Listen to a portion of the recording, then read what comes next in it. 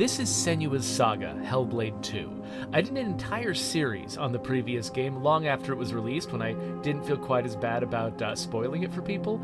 I don't know if I'll take this one as far because it is still relatively new and I do want people to check out Ninja Theory's work firsthand.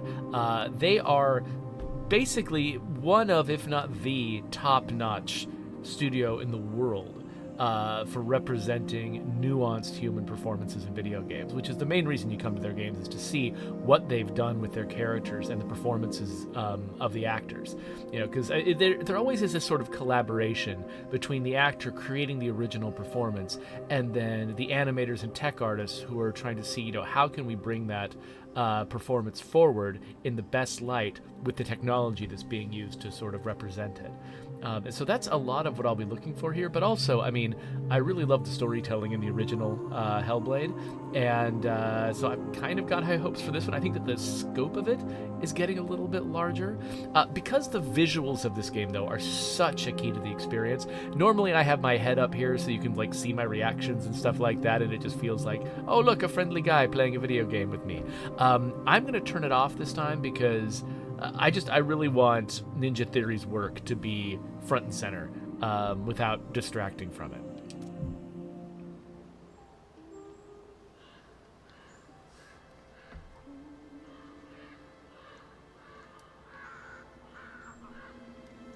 Senua, the outcast who became a warrior, who faced her demons and challenged the gods for her lover's soul, has accepted the voices, the furies, as part of herself.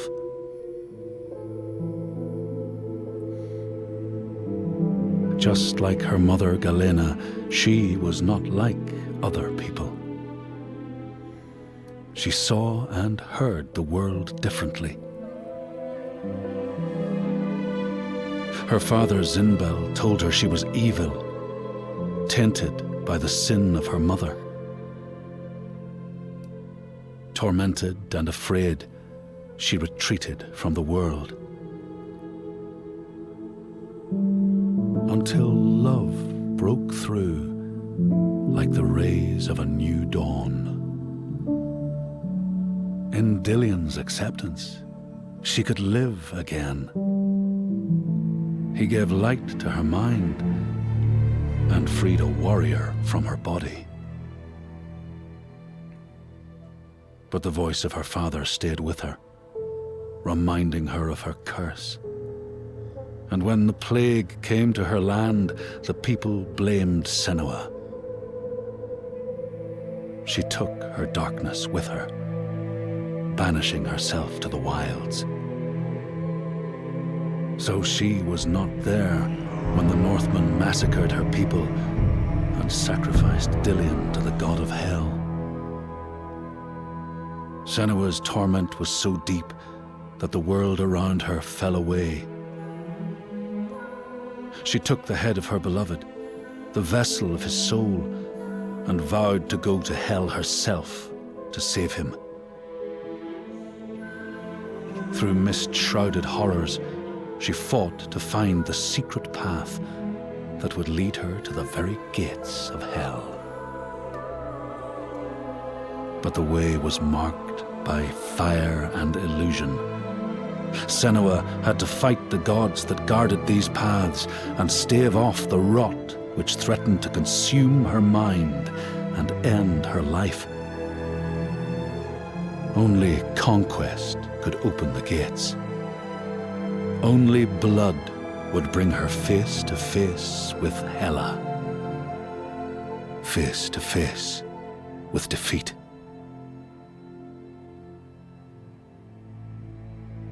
Once again, Senua was engulfed in darkness, lost in a maze of misery and confusion. Until Dillion's voice led her to the promise of victory. A sword that could kill a god. To win the sword, Senua would drown in her darkest memories, pulling at the shards lodged in flesh, mind, and soul. She pressed deeper into the underworld, resisting its grasping hands and deafening cries, until she found her prize before the guardian of Hell's gates. Senua released her rage, a fury that could not be stopped, not by savage jaws, not by waves of warriors, not by the pull of death itself. In defeat and desperation, Senua begged for her beloved's release. But a sacrifice must be made, and burdens cast away. Senua's fate was never in the hands of the gods, but in her own.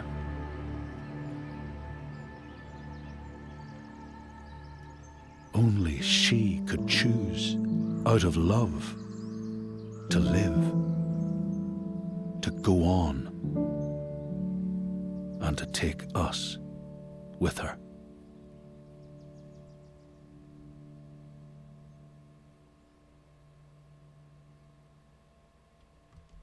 All right, real quick, I just wanted to pop in and say that was a really nice recap of sort of the meaning of what happened. They didn't show any of the previous game, which makes sense because, this one is meant to be a big upgrade over the previous one. I think they probably didn't want to sort of like anchor your expectations in the wrong place.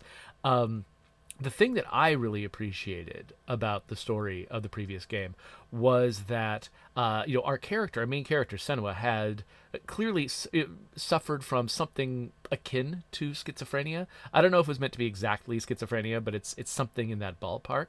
And I think that was meant to be true, regardless of whether you believed any of the sort of mystical or fantastical elements of the story, like whether they're real or whether they're not. She definitely suffers from something like this. And I loved the fact that there was a sense of ambiguity throughout the story where you weren't sure how much of the mystical elements were genuinely in the world and how much of it was her own mind grappling with all of the scars that have been left on it. It's a mind that, from birth, I think she's always had something different about the way her mind works. And then the way that she was treated throughout her life, especially by her father, left a series of scars on that psyche that made it even more kind of a problematic lens through which to view the world. And so you were never quite sure how much of what you were experiencing was the result of magic and mystical, the influence of the gods, of fate, that sort of thing, and how much you were in a fantasy world, and how much you were just having your perceptions filtered through the mind of the character that you were playing. And you would hear, the voices in her head whispering to her, on either side of your stereo headphones, that sort of thing. Like it was a sort of singular experience that I'd never had in any other game. And I don't remember a lot of the details. I'm glad that this recap sort of reminded me not just of, what happened, like the plot, but also the meaning of the story, because I think that was one of the things that I loved the most was that she came at it thinking that she was there for revenge or to rescue her loved one or something like that. But really, everything that had added up to her being so desperate and being willing to try this doomed quest was because of the damage to herself and to her own sense of hope and her own sense of, her outlook on life, and that the real answer wasn't about necessarily getting the revenge and accomplishing the quest that she started out wanting to accomplish, but rather it was about sort of finding her own will to live and her own will to move forward and her own, just valuing, what she brought into the world. And so anyway, I just wanted to embellish on that just a little bit because that was a great recap, but I think I just wanted to emphasize how meaningful this story was to me, and in the novel way that it was told and the meaning that it was bringing forward. And so that's the reason why I'm excited to play the sequel. So we should probably play the sequel at some point. I'm probably gonna have to switch my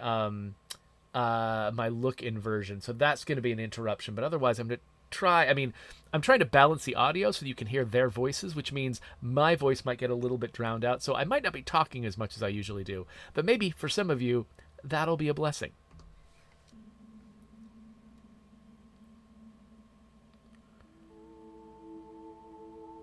I know you. It's been a long time. She made a promise to the one she loved, dead now, but no less. A promise. Not one soul more would suffer as he had. She carries him in her heart. His death, his life, will drive her on. She will forge a purpose from his death, make meaning from the pain. And then the Northmen came again to our land, stripping us of our names, our lives, of everything that makes us who we are, beating and binding, taking us as slaves. These Northmen sail under a blood-red sign, and one among them they call Master.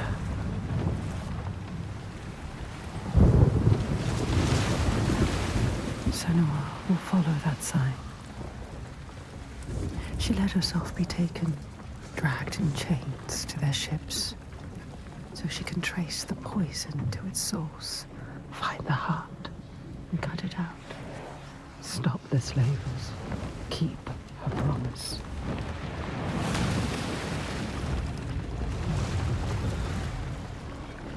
But plans can drift off course.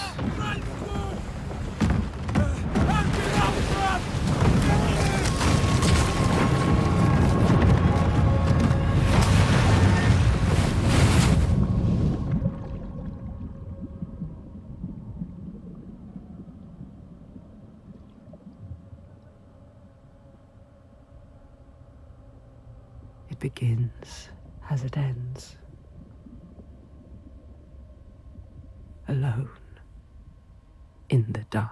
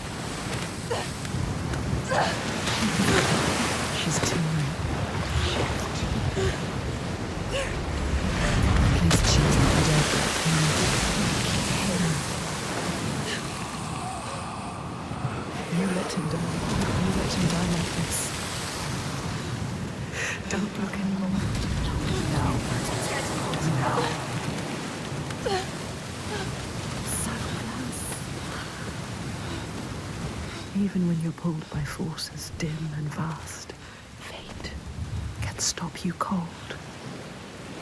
A dream has foundered with the ship.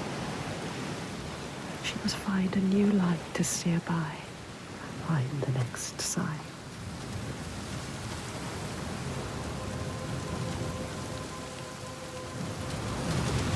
We can't stay here. Too cold. Let's... Let's what, I wonder? I'm going to quickly mess with my controls. Now, wait. Can I just switch, look up, and look down?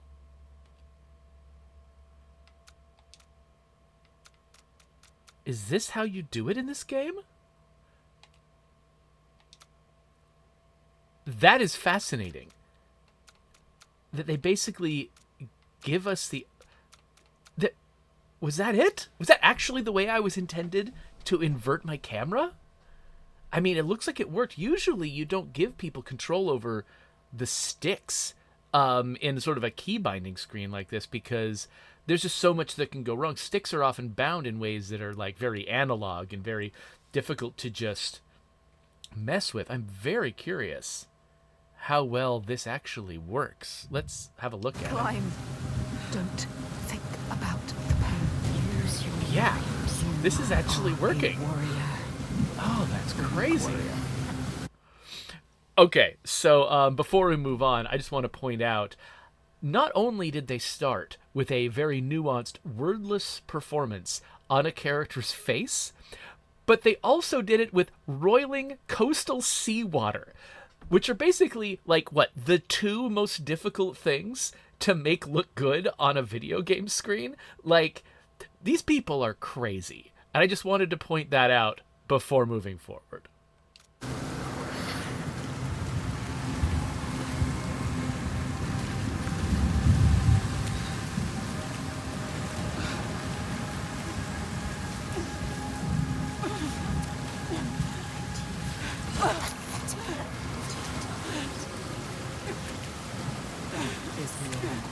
They didn't tell me to press the A button to do that. I just did it. You should not have come here, child. They're putting as little on the screen as possible. She's so far from home, from all she's ever known, half drowned, lost in a world still clouded to her eyes. When she won't yield, she must fight on, as she always has. Remember, we've been to hell before.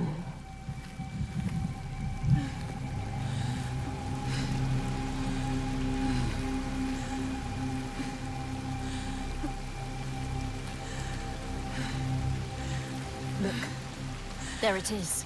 This is only the beginning. Climb, Senua. You need to climb again. She will fall if she does. She will die. Climb, Senua. Climb. Climb. She's hurt. So tired. She's going to fall. No! Careful, Senua.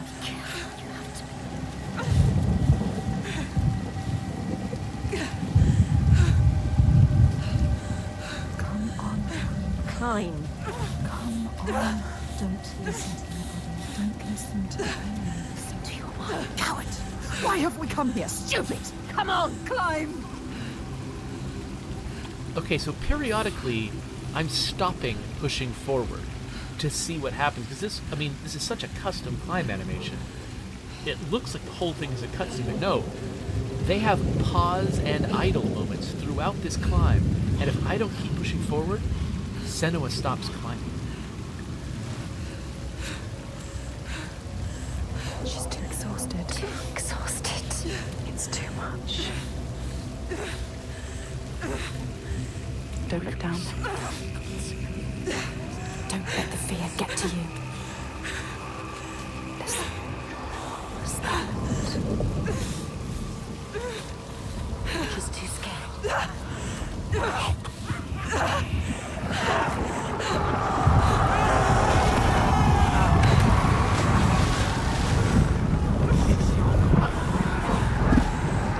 The screams of they follow us.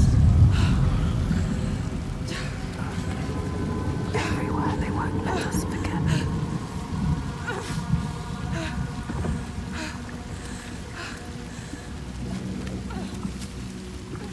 She cannot falter. The voices draw her onward.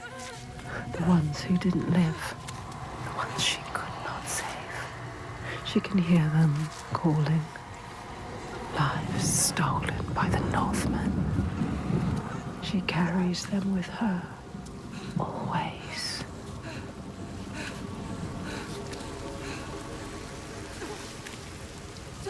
She is afraid, exhausted.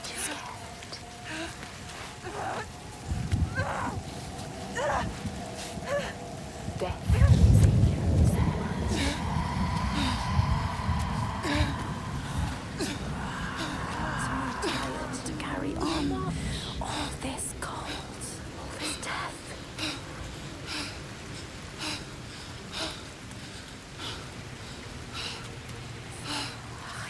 Stupid plan. Why did we come here? She's stupid. Ready. You're too weak. Ready. You should not have come here, child.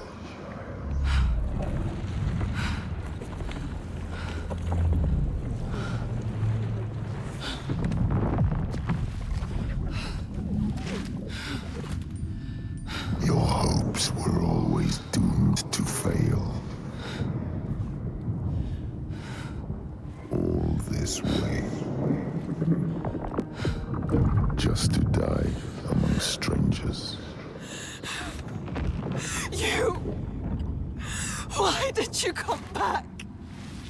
Did you think you had left me behind? I am always here. I won't listen to you! That voice. Thought she'd left it in the past. So I want to comment a little bit on this.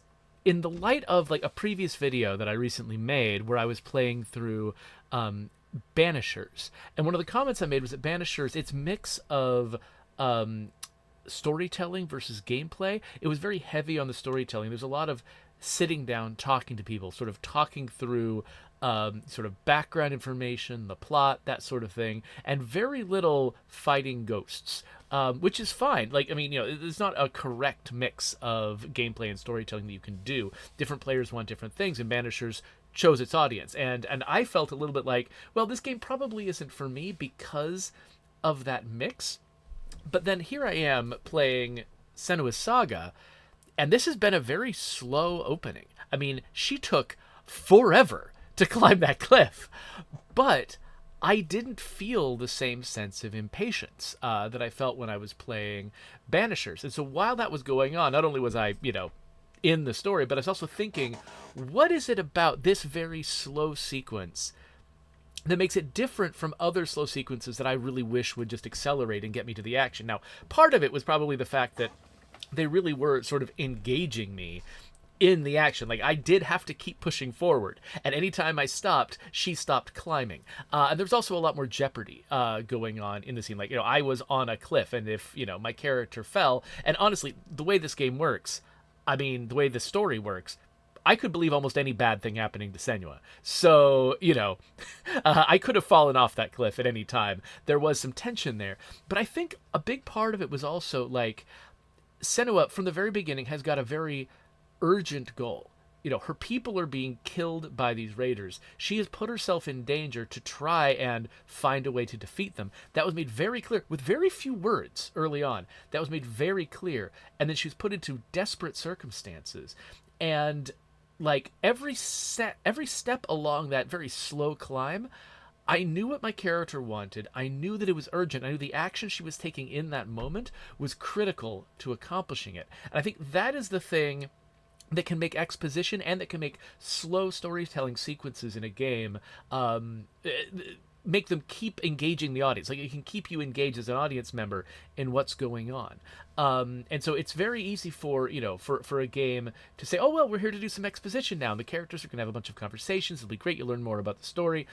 But that's kind of presuming sometimes that the player is intrinsically interested in the story you have to tell, that they're very curious about what you have to offer them and that you're giving them what they want. But a lot of the time, a game will do sort of a slower paced storytelling sequence without first setting up your character's interest in what is going on, the stakes if they they fail, and you don't necessarily depict the character as actively pursuing their goal. And if you don't provide that sense of, I'm here to accomplish something and I'm feeling tension about whether I'll successfully accomplish it, if instead it just feels like I'm just sort of here to learn some exposition, you can really lose a lot of your plays. Now, some players are like, their biggest tension in their experience is, I want to know all the lore. And for those players, those slower paced lower sequences do have that intrinsic attention and that intrinsic drive to know what's going on.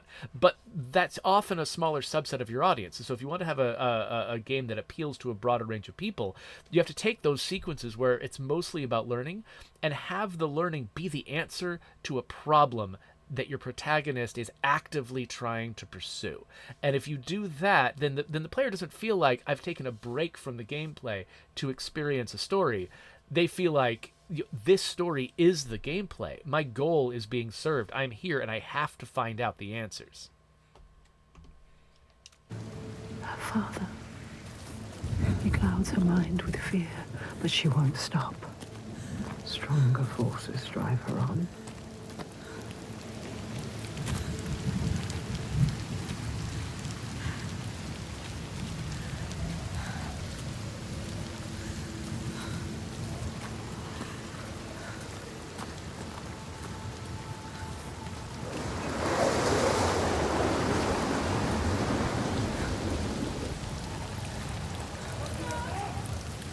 Someone, listen. She needs you. She needs help. She needs you to go to her quickly. She's dying. That shit is pathetic. She needs you.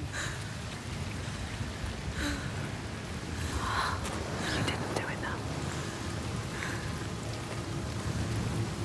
Again, no prompt about how to sprint. I just hit LB because that's how you sprint in the game I play the most.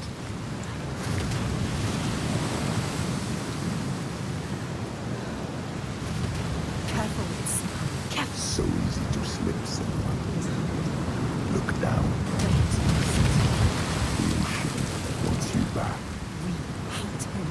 He hates you. Don't listen to him. It just occurred to me, this is just like a weird aside, but in each of these cases where I pressed a button that was unprompted, when I pressed A to climb that little cliff, and when I pushed forward to climb, and when I held LB to sprint, in all of those cases, the game prompted me, like the voices in my head told me, you need to do this. And I had something in front of me that I needed to interact with. And I guess, you do have access to this screen where you can find out, like sprint is right there, sprint LB. You can look it up yourself and it's on the main pause screen. So I'm just thinking this through, like part of me is like, okay, this is a perfectly valid way to do this. Most games just superimpose button prompts on the screen to tell you how to do things. This game is actively not doing it. They are like very clearly telling you, you need to do this, using the storytelling conceit of having, a bunch of voices in your head to just tell you this is the thing you're supposed to be doing, and then also making it really clear, if you want to know how to do these things, here are the buttons. You know where to find them. And then rather than filling the world with HUD, they just show you, how to find this information yourself. But part of me wants to think, I don't know, would it be interesting to make a game where each time the player needs to learn how to do a new action, they aren't given a button prompt. They're just told, do this action, and then whatever button the player presses is bound to that action? I feel like that's got to be crazy, right? Like, that's got to be a stupid way to do it. There's got to be a, like for instance, there are some buttons that are better at certain things than others, more accessible in the right context, that sort of thing. There are good choices and bad choices, or at least better and worse choices a lot of the time for button bindings. And in a game that's very complex, it needs to pack the controller. A player could funnel themselves into a bad situation by just improvising what buttons do at the very beginning. But if you have a game that's fairly simple, where the number of different things that the character needs to do is relatively manageable, and they can all sort of benefit from the same kinds of button presses, it might actually be interesting to make a game where every time you're introduced to new action, you choose the button it's on in the middle of gameplay, just by contextually pressing the button you want to press. It reminds me of the look-in version settings in the original Halo Combat Evolved, where they're just like, look at the light at the top of the screen. And whatever you do, that's how they make the camera work. If you pull down on the camera, they're like, oh, you're inverted. If you push up on the camera, like, oh, you're standard. And they just set it that way.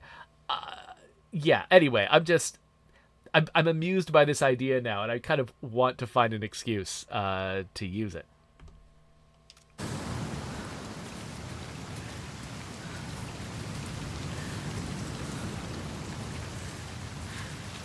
There, a symbol.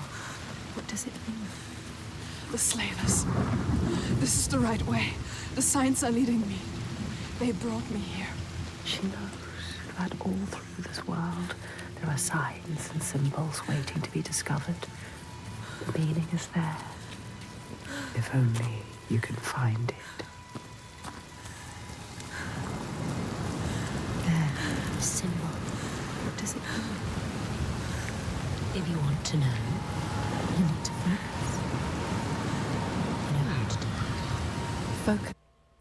Focus, huh? Oh, that's on the left trigger, or the right trigger. Either one of them works. Senua the Simple, try to focus on it. Focus. What is it? Focus. Do not forget my stories, Senua. I am with you still. Out of hell you have come, and now find yourself in Midgard. That ship. An enslaver. Follow him, but be careful. They will kill you this time.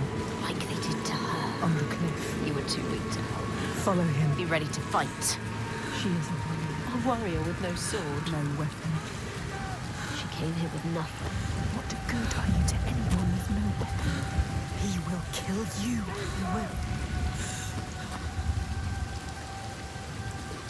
Stop. Stop. Don't let him see you. Be careful. You have to go quietly, slowly, slowly, slowly. Don't let him see you. No. What's happening? You can't Another one. Don't just watch this happen. Do something. Just stand by and watch. Fight him. No! Why didn't you stop it? Too slow. Too weak. Let her die. He is right. They were survivors. I need to help the other slaves. You let her die.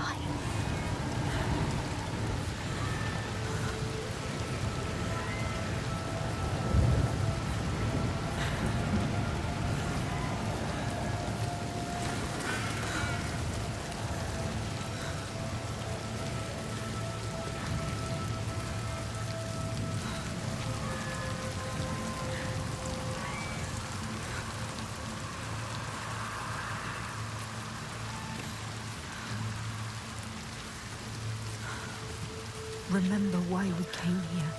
She came here for a reason. But now she doesn't know what to do. You don't know where you're going. Your plan is in pieces. She is lost. You're lost. The enslaver, the master, is gone. I have to help them. Thought you could stop this. But you have lost your mark. The seed tore him away. Just like your hopes. You don't need to listen to him. You know this now. Listen to us. You know better. Find the survivor. He is trying to trick you. You need to help the survivors.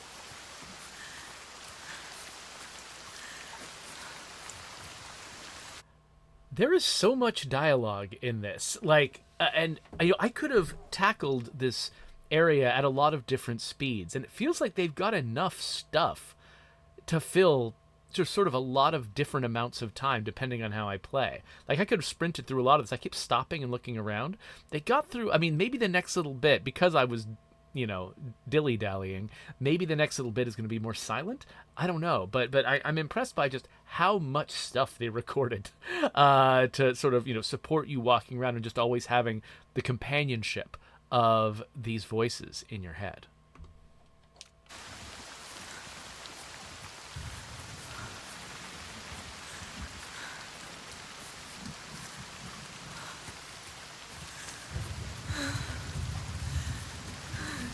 By the way, this might be the wettest I have ever felt in a game. And I've played both Subnautica games, but this just might be the wettest place in all of video games.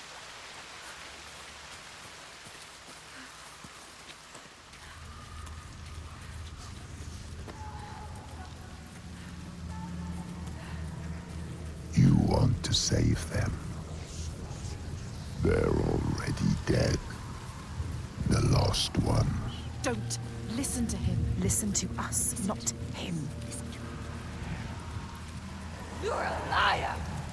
You have to find a way out of here. You are lost too. You must find a way out. How can the lost find anyone? Listen. You failed them. Don't listen to him. They are dead, like your mother. Shut up! Shut up! Stop it!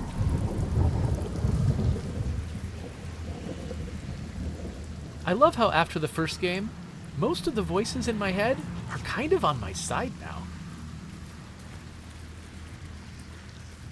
Can't you hear them, Senua? Can't you hear their screams? I can hear them. What's happening? You know that's in focus, Senua. Focus. Don't let it block They are you. suffering, but I set them free. Simple. You need to find it. It's here. Somewhere. Look for it. Look for the signs. Find the right perspective. You'll sense when you are close. The signs are here. If you know where to look. Do you know where to look? She doesn't. She doesn't.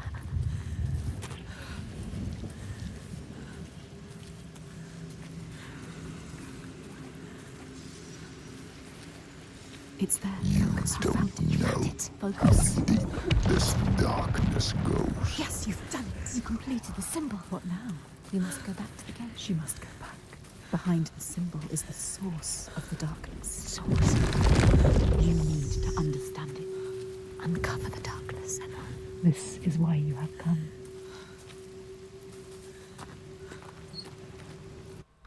The thing I like about those symbol matching sequences, I mean, to one degree, you could see that as being just a very video gamey sort of conceit. Like, oh, yeah, you know, we're solving a little puzzle here, a little perspective puzzle.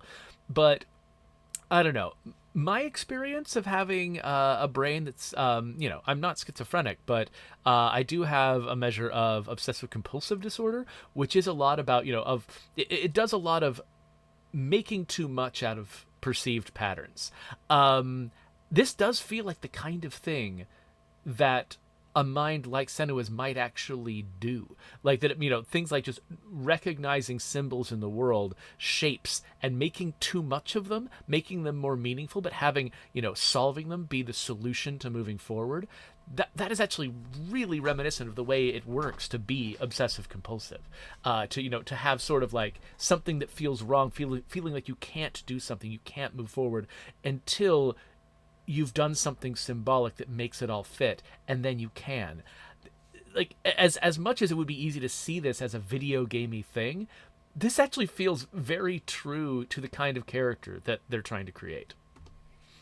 I need to find the source of all this.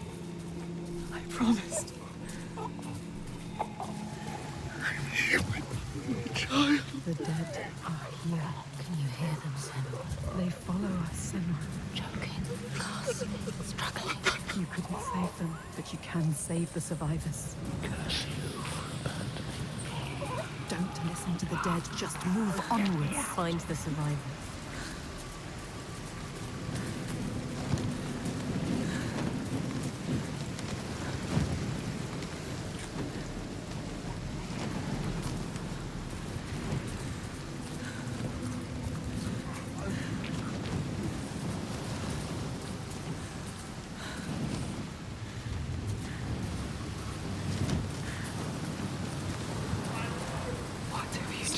Stop. Please help!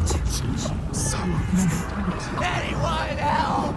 Help! There's nothing you can do. Do you see the bodies, Senua? The sea throws them up to show you how you've lost. Look at them, Senua. The faces of the ones you failed.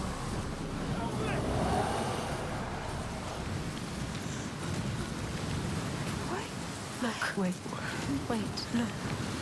Some of them, they survived. They tried to. Oh no! They were wounded. Oh no, it's them! They were scared, but alive. You can find them.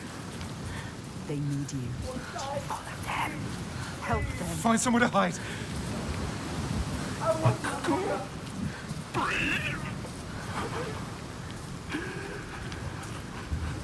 Did you come here to die? Is that what you want? Watch out! Don't let them capture you again. Are you going to let them kill you? Come on this way. Don't die now. Listen. Use your rage.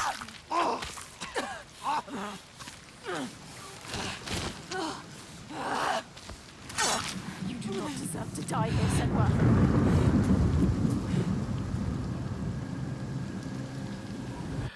All right, I didn't have any control over that, but let's make sure I know how to fight for the next time. So it looks like blocking and parrying is on RB, fast attacks are on X, Y is heavy attack, A is evade. Okay, so there's a few different standards that different games will use for combat systems. This is a pretty common one, though.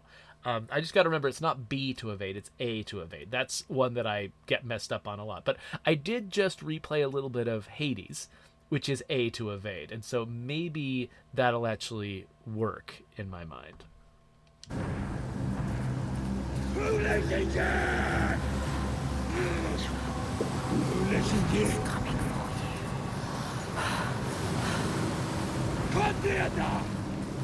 The Northmen. Remember what they did to Dillion. What are you waiting for? Attack, Senua.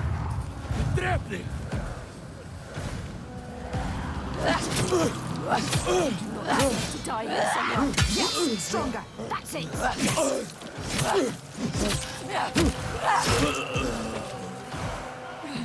of you. We're ready to fight the slavers. They're monsters. Why have you killed us?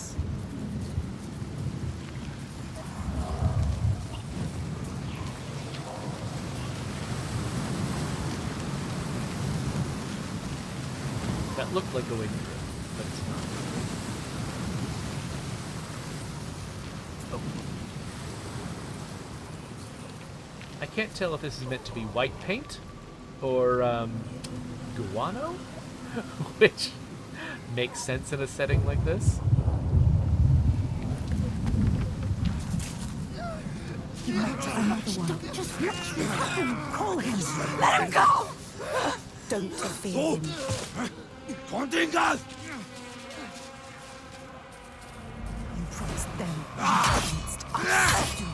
Do not die.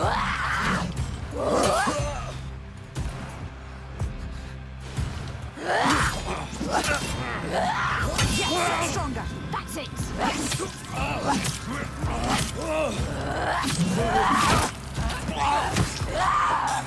She has to survive. You must. You have to survive for us. You made a promise.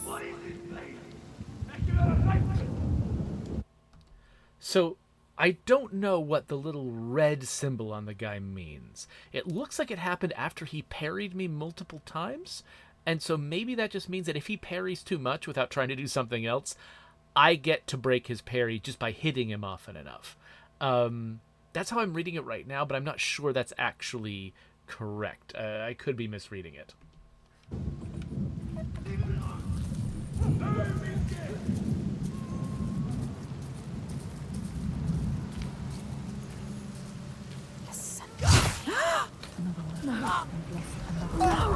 You've lost another one. Could you? All of this death because of you. I couldn't want to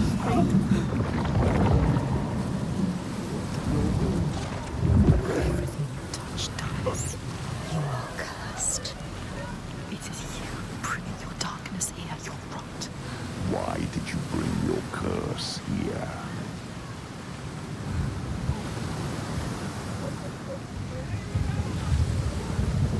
Okay, so obviously this isn't quite photorealistic yet, but These are some of the best broken waves I have ever seen in a video game.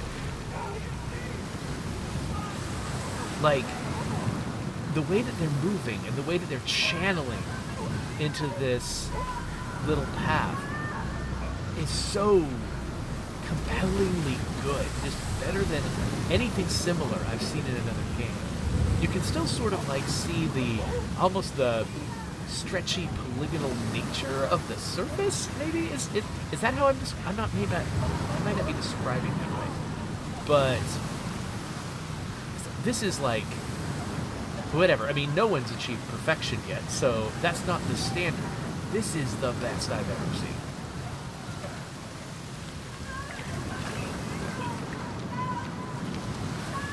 I hope no one died so I can make that observation. Do something. Yes. You can win this. Yes. Escape it. Listen to us. We have to get out of the way. We're supposed to escape it. She is so stupid. She doesn't know what she's doing. Try something different. Yes, stronger. That's it. Yes.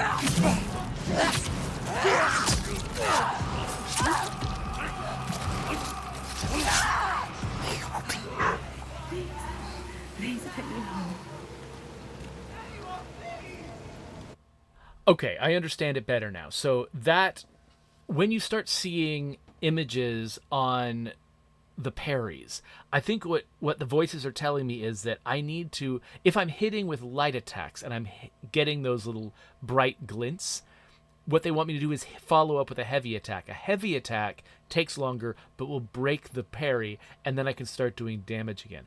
You'll also notice when he did that big vertical attack, the voice that I think it had like a red glimmer to it, the voices in my head said, you're supposed to avoid it. And so I didn't, and I got hit by it, but the intent was I was supposed to hit the A button at that point and evade. So I'll try to keep my eye out for an attack like that in the future so that I can get that right. Someone needs you. Listen, Quicker. the boat. Go to the boat. There are many signs in there. Quick. Just hold on.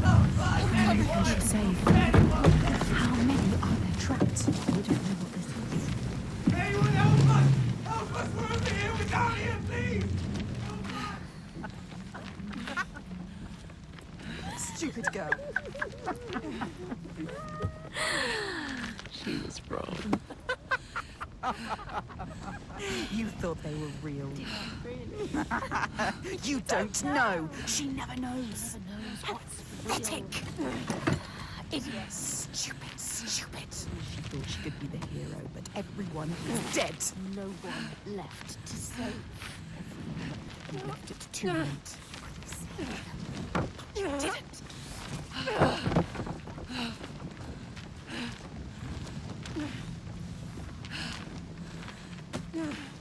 So each time Senua gets hung up on an obstacle like this, I have to press A to clear the obstacle. It took me a sec to realize that.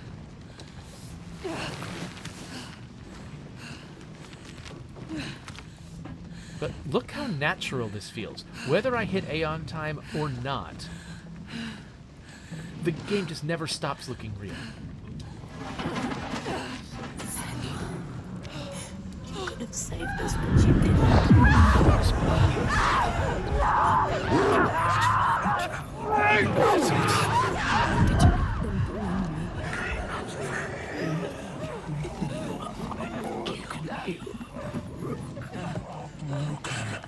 Leave us here.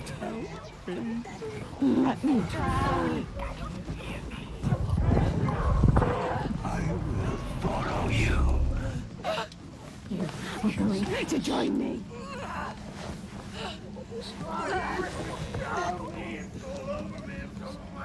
Like they kill your lover, they kill so many more who die.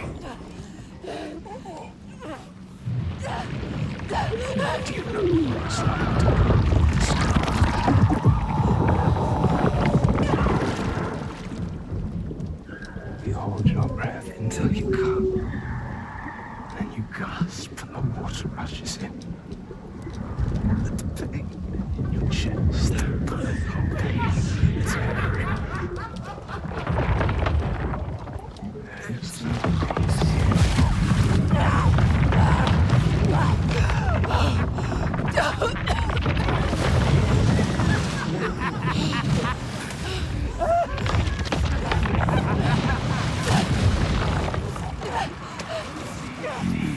Death with you, Senua.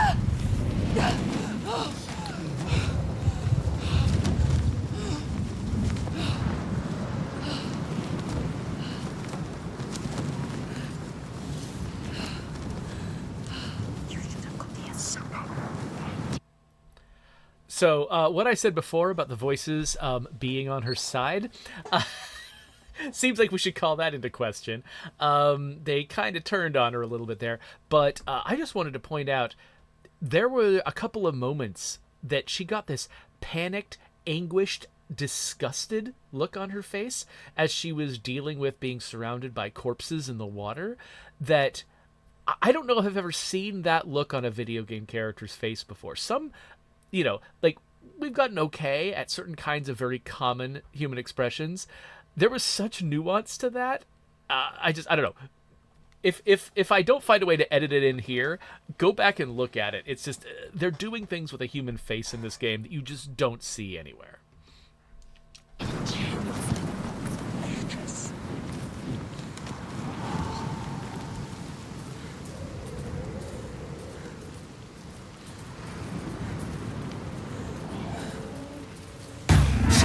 Senua, you have to help.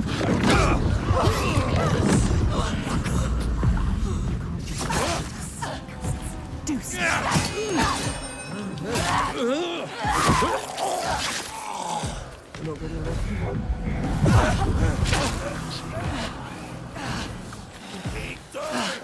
Unterhingern!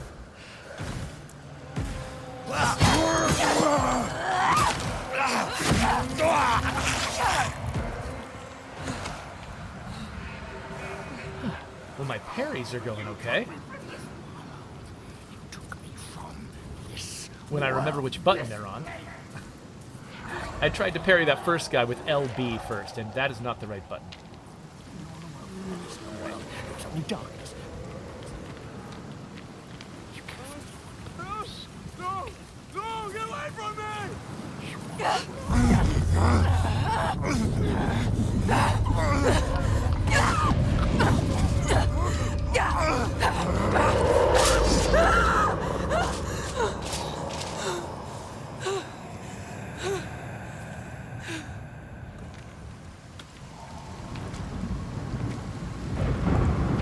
You, slave. Come here. He's still alive. The enslaver. Remember, you need him alive. Don't kill him. What are you going to do with that sword, girl? He looks ready for you. He is ready to fight. You're ready. We will end this. You're fucking dead.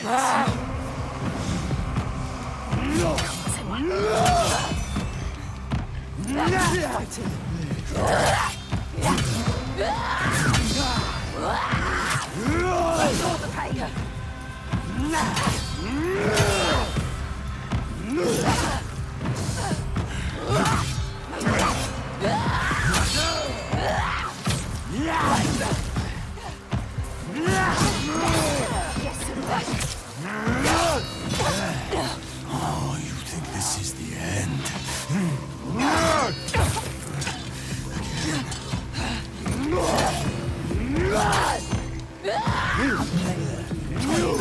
Fight, clever.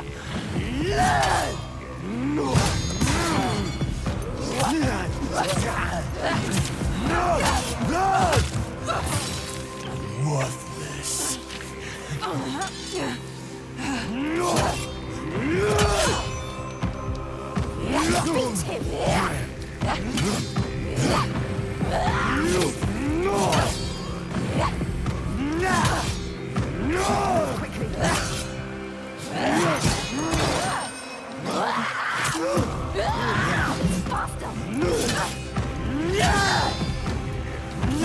He could kill you if he wanted to.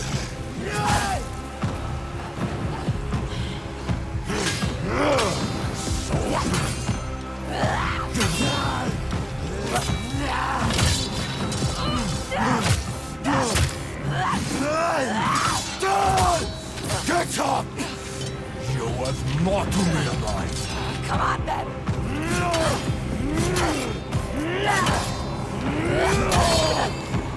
I keep forgetting to evade that last strike. This is your opportunity, girl.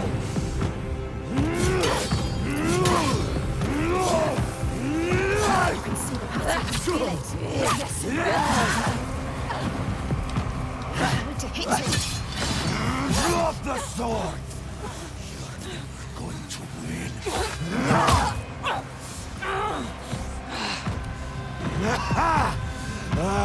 Come on! You can do this.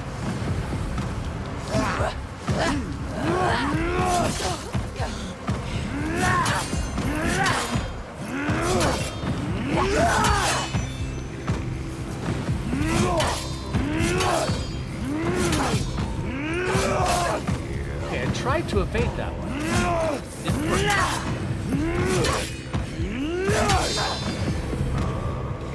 Try again. Hit him. He is better. How will you ever win this? Stop thinking and feel it.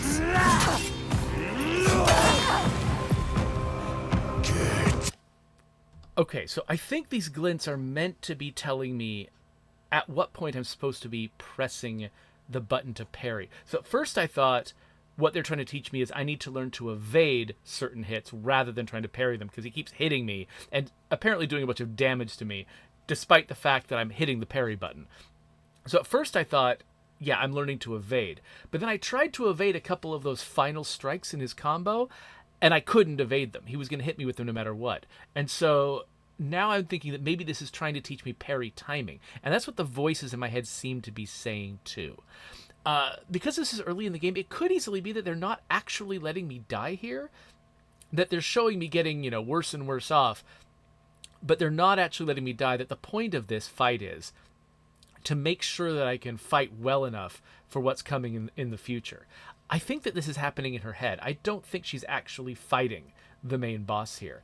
I think this is a training sequence, but they're making it feel so earnest and serious that I don't feel like, oh, I'm in the simulator or whatever. I don't have the that sense of dismissiveness that you get from explicit tutorials. Instead, I feel like I'm doing something very, very important, at least very, very important to Senua. And it's also important for me because I have to learn how to fight in this game. Up!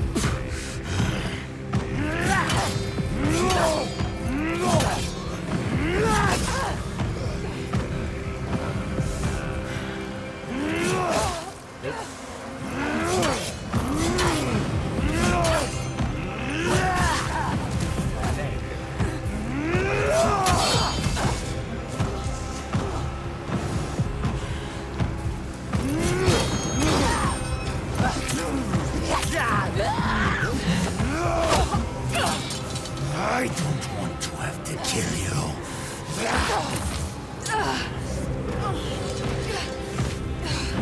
I'm enjoying this.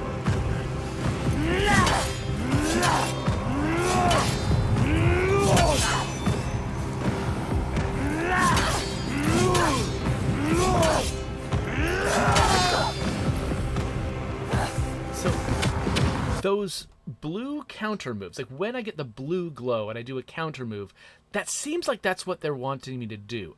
The times when I don't get to do it, I think it's because my timing is off, but I'm not sure even what direction it's off. Like, I don't know if I need to be, I keep, some of the times that you're seeing me fail to parry is because I'm trying to parry later than I've been parrying to see if that's how I get the timing right. But in those cases, I often just miss the parry entirely and take a bloody strike.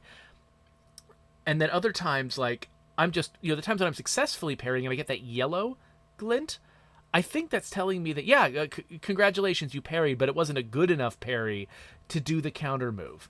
So that's how I'm reading that right now. I don't know if I'm right to be interpreting it that way. That's how I'm reading it. And it could also be, I don't know what it means when he comes in with a strike that is already glowing red. I assumed at first that meant this is a strike I have to evade. But my evasions often haven't worked. And so that might not be the answer. Another thing I'm wondering, though, is do I have to do a directional evade? Like, maybe when he's coming at me from the right with one of those red glowing moves, I have to dodge left or I have to dodge right. I don't know the correct way to respond. So it could be that there's directionality to it. A couple of times when I've successfully counter moved him, I also was kind of moving the stick. And so part of me wonders, could moving the stick have something to do with it? It's not really telling me explicitly because they're trying to avoid putting crap on the screen. They're using subtle clues to try to tell me how to do this. And I'm not sure when I get something right, I'm not sure how I'm getting it right precisely. And that's making it more difficult. He could read Stupid! Make him pay! You're making this easy for him. Be better!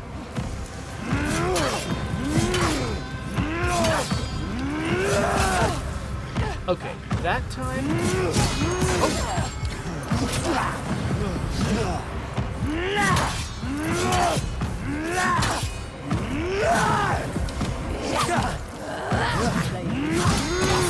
Yes,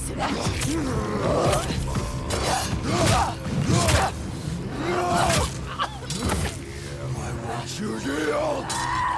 Stop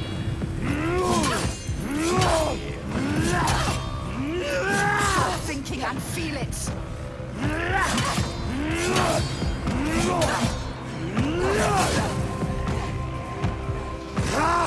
Think wrong directionality. Yes, you hit him, did it? Useless! My blood boils.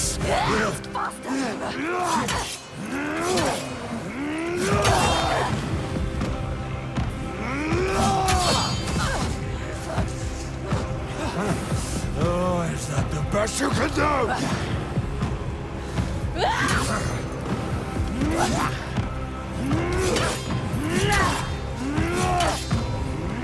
You are faster.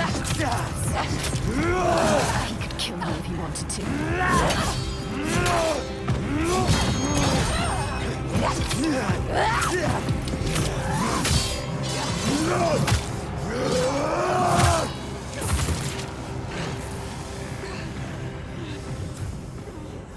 Get up. Don't be a coward. You have to find your ready. Doing so, you have to move quickly.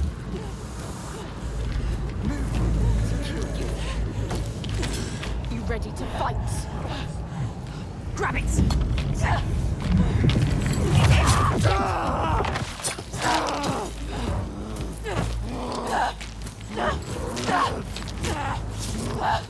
Die, everyone, die!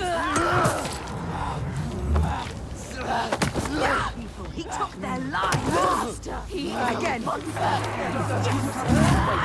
are you waiting for? Wait! Do it now! You can't kill him! Stop! No. The dog If you're going to kill me, just do it. takes over everyone. But you need him. You need him to show you. He knows everything. He knows the side. No. He knows. He can show you the path. You're gonna take me where I need to go. Yes. Yes. He will take you. He will show you. He has to. He will help you. You have spared him, and now he will take you where you need to go. You can do this. Where you come from. Where you take the slaves. I can't walk. How do you expect me to take you anywhere? His pain doesn't matter. Make him walk. We'll walk. She has to save them. You have to. There is no other way. It's why we have come here. I'm not leaving until I get what I came for. You made a promise. She made a promise. You promised. I made a promise.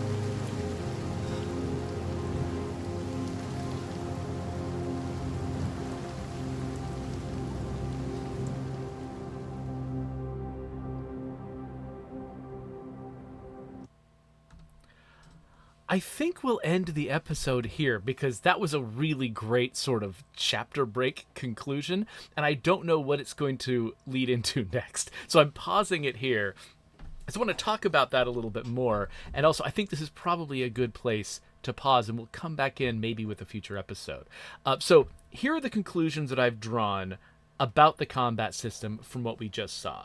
I think that if I time my parries perfectly, I get that blue glowing counterattack move that opens the enemy up to further damage. I think that the timing is very sensitive, and so I was having trouble nailing exactly when I needed to do it. But as long as I keep consistently parrying, it seems like it's possible for me to just do that some of the time. And that might be good enough. You know, it doesn't seem like they're actually requiring me in most cases to definitely always do a counter move. As long as I can parry them enough and I know how to counter their parries, I can succeed. I don't have to get reliably good at the counter moves. So that makes me confident. It does look like like what they wanted me to do with those red glowing fourth moves in his combo.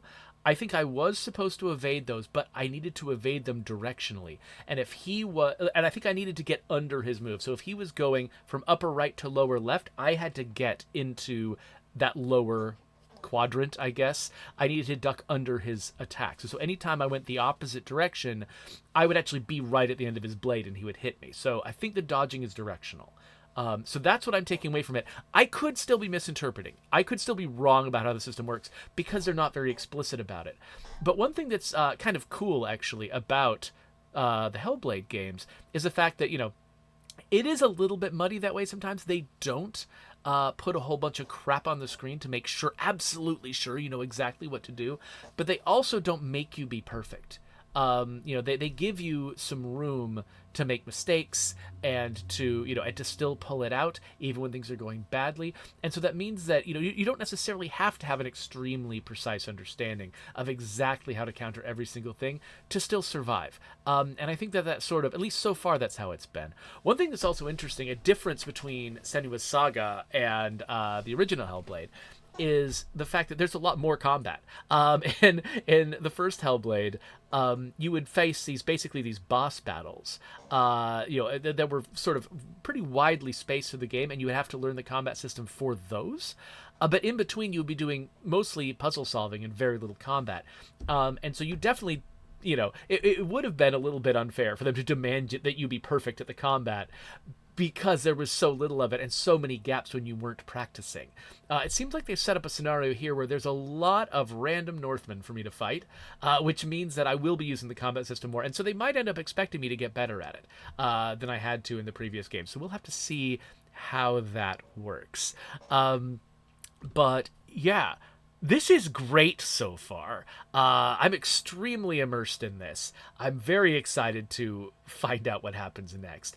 So there might be a little bit of a time gap here between this and the next episode as I sort of make sure that I find the right place to sort of save and quit. But I do want to come back to this later on and play a little bit more of it. I'm not certain I'll play all the way through, just because I guess I don't want to do a disservice to what Ninja Theory's created here by giving people, you know, an alternate way to see the entire game without playing the thing. So I'm probably not going to try to take it all the way through the way I did with the original Hellblade years after its release. But I do want to see more of this, and I do want to talk more about this because, I mean, these folks, you know, there's only a handful of game developers in the world who make this kind of thing. And so there's only a very few games to look at. If you want to study the way that people can achieve this level of production values, you know, like making a world that genuinely feels real, characters that can emote on a level almost on the same level as an actual recorded human actor, you know, there's just such a tiny handful. Like these folks, Naughty Dog, maybe a couple of others, you know, maybe there's some Blur cutscenes out there that can do it, but like these folks are singular in their ability to do this thing. So like somebody like me who's just, half the reason I play games is just to learn about what's possible, and sort of broaden my understanding of what, different games are doing out in the world. Like, I can't not play this game. This is one of the ones that is pushing the outer edge of the envelope when it comes to what games are capable of. So anyway, yeah, so expect me to come back and do a little bit more of this, and whenever I do, that's going to show up there, though I don't know when. Otherwise, there'll be other links here you can check out. In fact, I'm going to make sure I put my original playthrough of Hellblade 1 right there, so you can check that out first if you missed it the first time around.